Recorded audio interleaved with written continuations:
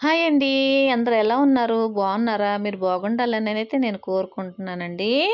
మేము ఢిల్లీ టు రాజస్థాన్ టూర్‌కైతే వెళ్తున్నామండి. టూర్ అంటే టూర్ కాదండి. మందిరంకెళ్తున్నాము. చూడండి, పక్కన నాకు మంచి ఫ్రెండ్ అయితే దొరికిపోయిందండి.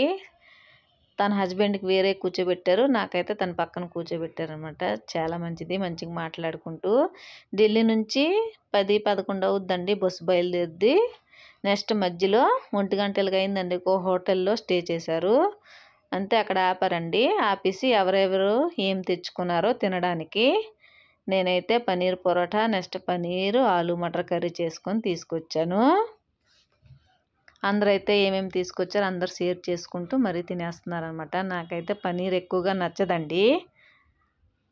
అందుకనే నేనైతే తినలేదు. నేను వీడియో తీసుకుంటానని అలా వెళ్ళిపోయాను.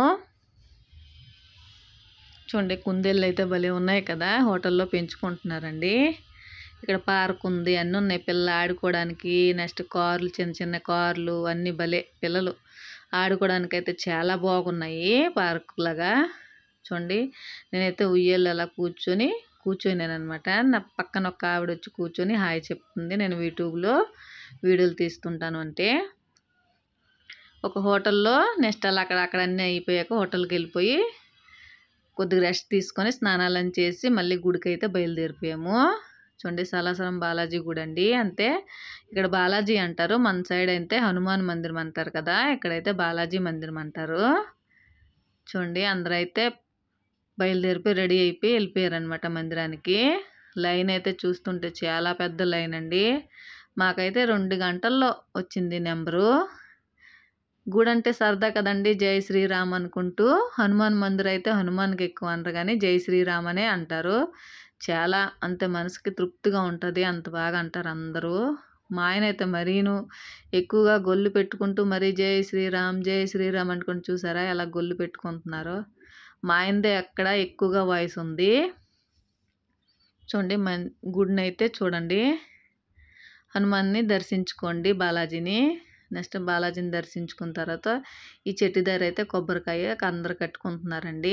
మా అన్నయ్యతో ఎక్కువ అనమాట. ఇలా మేమైతే ఏం కట్టలేదు, కేవలము దండం పెట్టేసుకున్నాం అంతేని. అలా వెళ్ళిపోని నెక్స్ట్ ఒక చిన్న గుడి వస్తుందండి, ఆ గుడికి అయితే దర్శించుకున్నాం. చూడండి, ఇక్కడ కూడా బాలాజీ ఉంది, అంతే హనుమాన్జీయే ఉన్నారు.